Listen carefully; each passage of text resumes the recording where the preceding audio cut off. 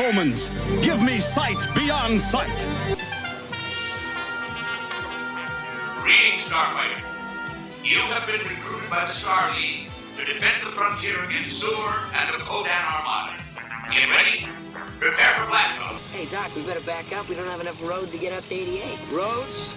Where we're going, we don't need roads.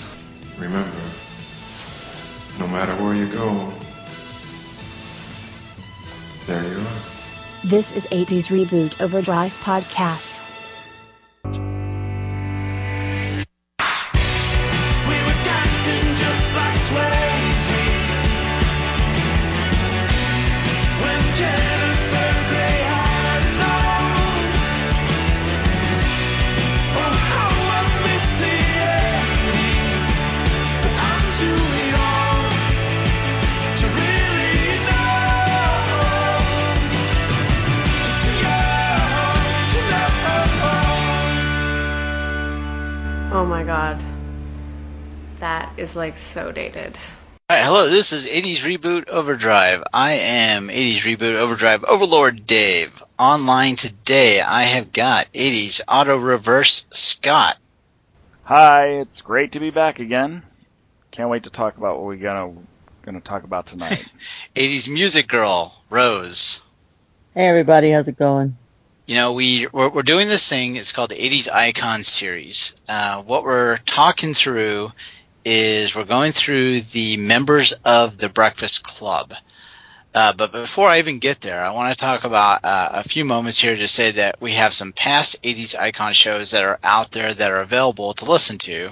We've got Harrison Ford, we've got Harold Ramis, Leah Thompson, Chevy Chase, Diane Lane, Robert Downey Jr., and our Lost Mystery episode of all of those things are pretty much out there other than that lost episode. We're going to tease you on how you can get that available at the tail end of this show. But to get us back on track, we're talking through our filmography of the teen stars that were in the Breakfast Club. We did just do a previous recording of Molly Ringwald, so what we're going to do is we're going to be posting these in the order that we have recorded them. So we may be referencing a past conversation. You don't have to go back and re-listen to that other conversation that we had about Molly Ringwald, but if you want to, I would encourage it. In fact, listen to it every day of the week and twice on Sunday. We would appreciate that. But tonight we're talking about Mr. Judd Nelson. So the first thing we do when we get started into our 80's Icon series is we talk about the filmography of that person. Judd, in 1983, did Rock and Roll Hotel. 1984, Making the Grade. 1985, Fandango. Again, 1985, he was in Breakfast Club. 1985 again, St. Elmo's Fire. 1986, Blue City. 1986, he was in a TV series called Moonlighting. I didn't even realize he had been in that one. That's great. 1986, he was actually in the Transformers movie. He was the voice of Rodimus Prime, Hot Rod. 1986, Shattered If Your Kid's on Drugs TV movie. 1987, From the Hip, and in the TV movie called Billionaire Boys Club. And then 1989, Never on Tuesday. Oh, I'm forgetting one called Relentless. So he did quite a bit, actually. I think as far as the other 80's icons that we're talking about tonight, there might be not a lot of strong movies that are as memorable as a lot of the other, his co-stars had done. But I'm really looking forward to this discussion because if I'm thinking of Judd Nelson, I'm definitely thinking John Bender, and I'm definitely thinking Alec Newberry from St. Elmo's Fire. So I'm interested to see where you guys are at with this. Scott, what do you think? What's your favorite 80's moment with Judd? Eat my shorts. Oh,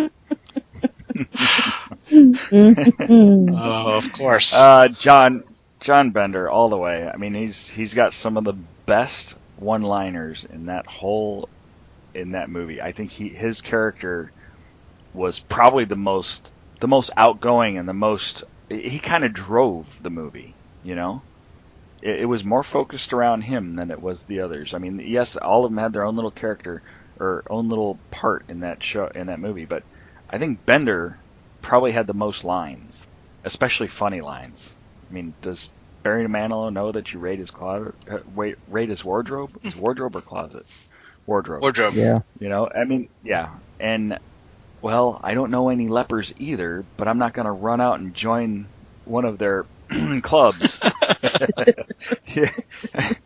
Screws fall out all the time. The world's in a perfect place. Do you know how many times my wife and I have said that to each other just on a whim? I mean, it's just, there are so many great lines from that. And Bender, his character, it was a defense mechanism for him to be as bold and talk as much as he did in the way he did, because he was really hurting inside. You know, you learn that through this character down the road, that, you know, his family life wasn't so hot. So I gotta say, Bender, all the way. All the way. I can definitely agree with that. Rose, what about you?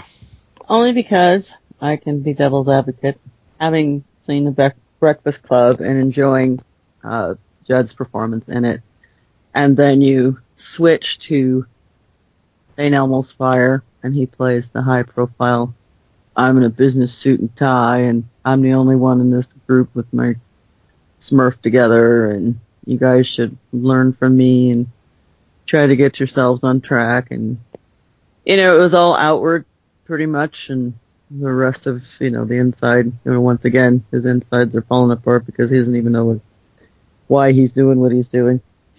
He just knows that he's making a lot of money, and he's just getting caught up in the lifestyle.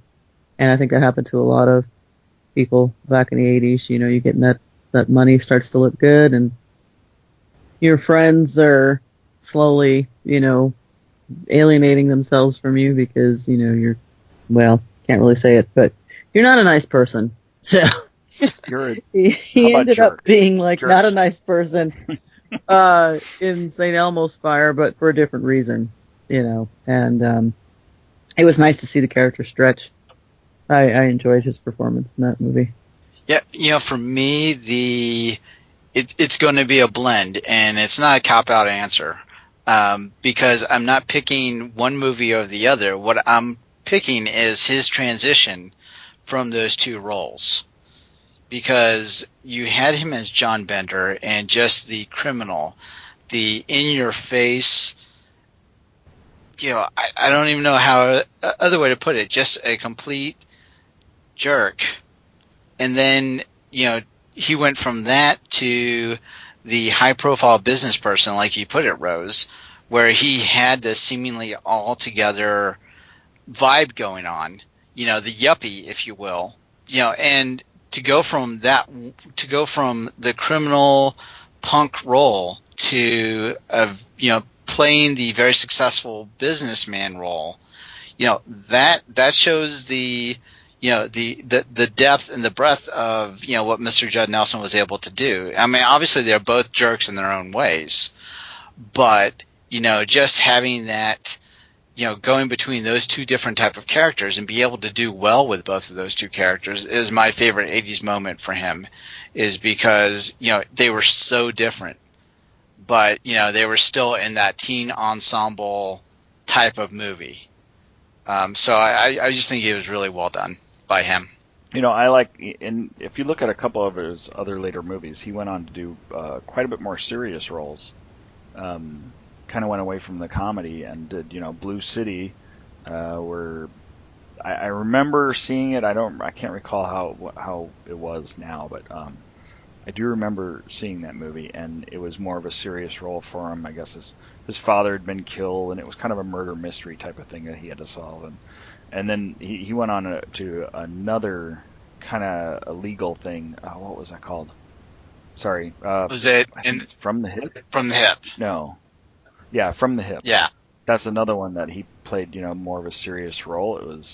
But I think, if I recall, he still had some funny lines in it, more of a lighthearted lawyer law movie type show or something like that. Anyway, so that's what I recall from that he changed kind of from the funnier guy to a more serious role, and he did a good job. He was a good actor.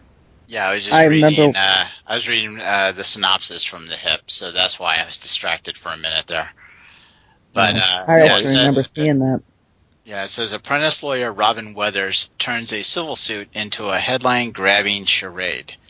He must re-examine his scruples after his shenanigans win him a promotion in his firm, and he must now defend a college professor who is apparently guilty of murder. Yeah, I was just looking in the 90s. He was also in Tales from the Crypt. So I just had a brief moment where I was going back to... He was in New Jack City, too. Yeah. Yeah. Oh, yeah. Quite a few. He's a very prolific actor, and he does a lot of voice acting as well. Yeah, so, Dave, you should talk a little bit about Transformers. Yeah. Because I'm not, I wasn't as big of a fan. I just didn't watch it much, but I know you were a big fan of the Transformers. Well, I was a big fan of the Transformers cartoon. I love the cartoon. Mm-hmm. I don't remember a lot about the movie.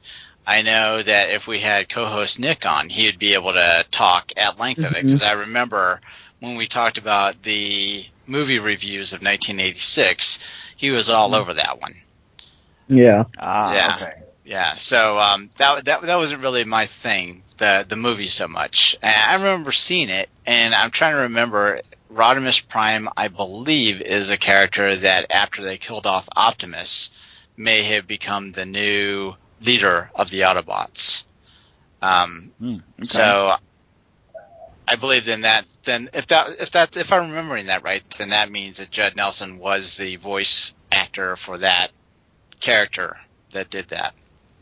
But that's really all I remember from the movie. And I hope I got that right. If not, then I'm sure our followers will correct me. I'm sure they will. So we also do this thing on Twitter called 80's Battle. And what I did was Bender against Alec from St. Elmo's Fire. I'm pretty sure you're both going to get it right, but who do you think won? Oh, Bender. Easily. Oh, yeah. Yeah, it was 3-1. Nice. Yeah, 3-1. Bender won that one. Yeah, Dave, do you remember one of the previous podcasts we did?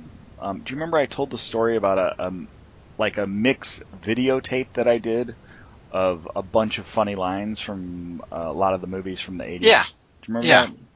Well, Bender was a huge part of that tape. Huge. So, it went between Planes, Trains, Automobiles, John Bender, mostly Bender from the Breakfast Club, especially his interactions with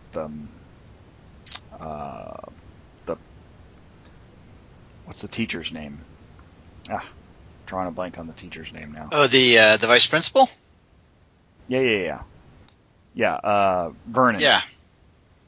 Yeah, his interaction with that, I used that a lot in my mixtape. Mixed videotape.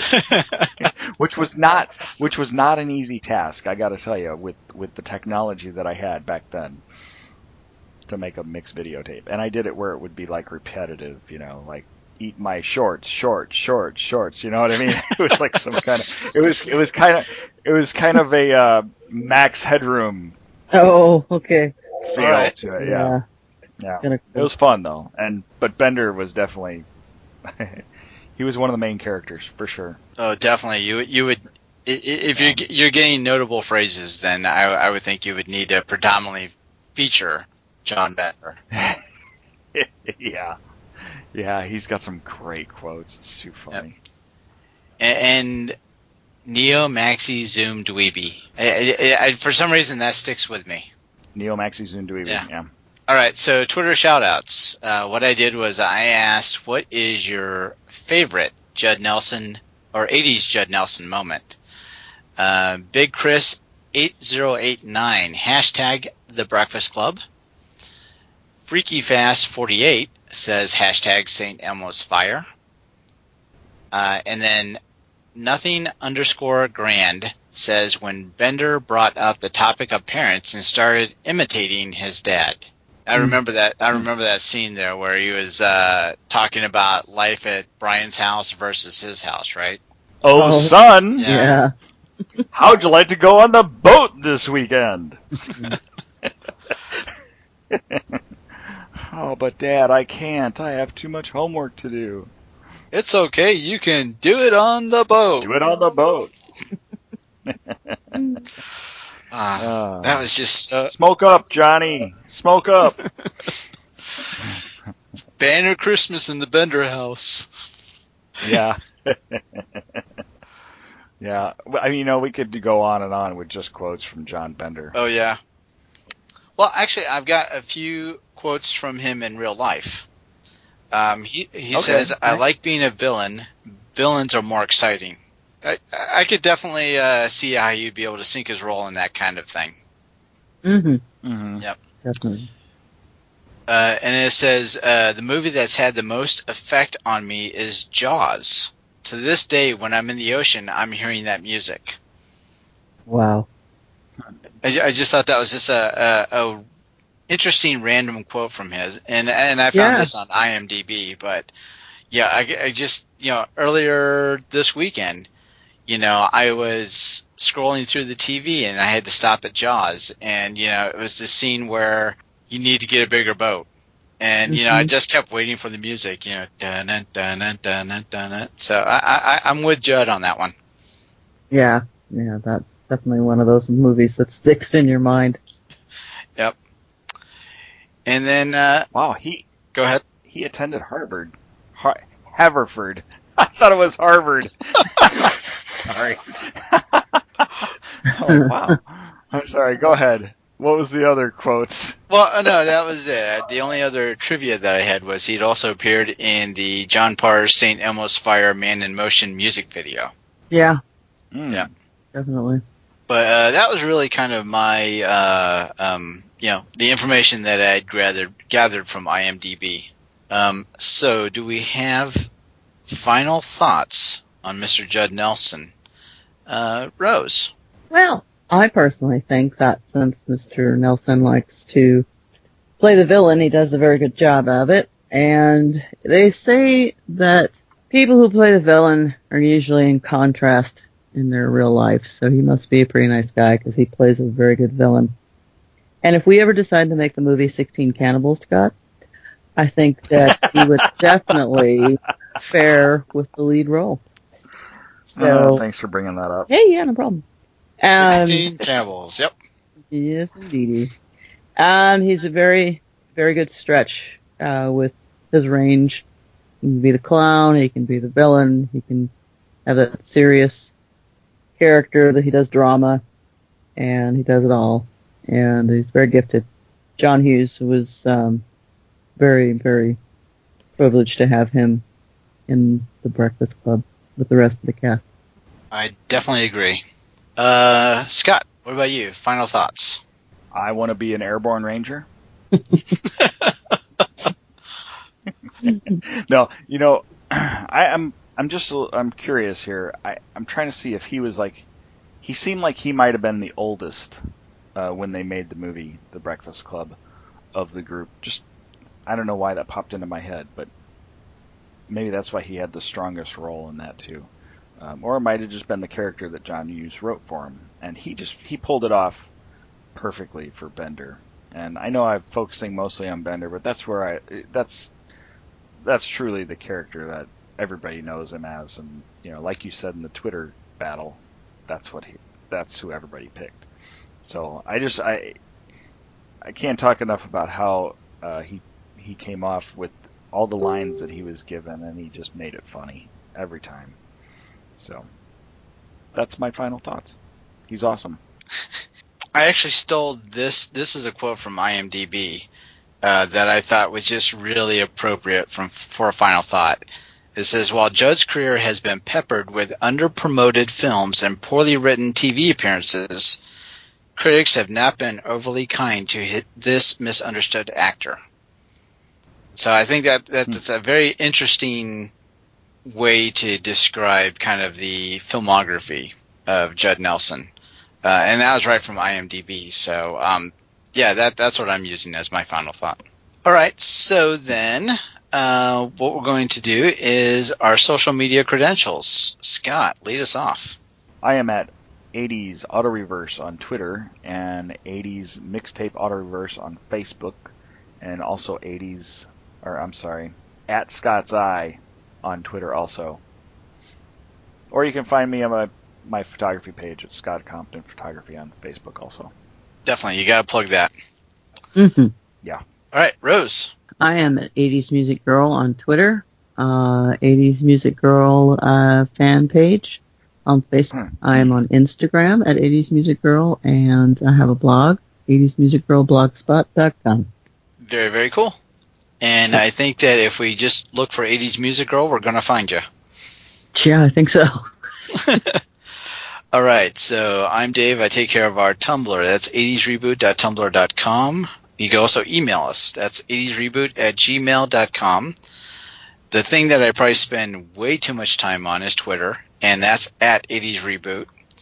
Facebook is facebook.com/80sreboot, and we have a blog. That's southgatemediagroup.com/80srebootblog. The big thing that we're asking all of you to do, our listeners, is go out and give us a rating review on iTunes. So spend a few minutes.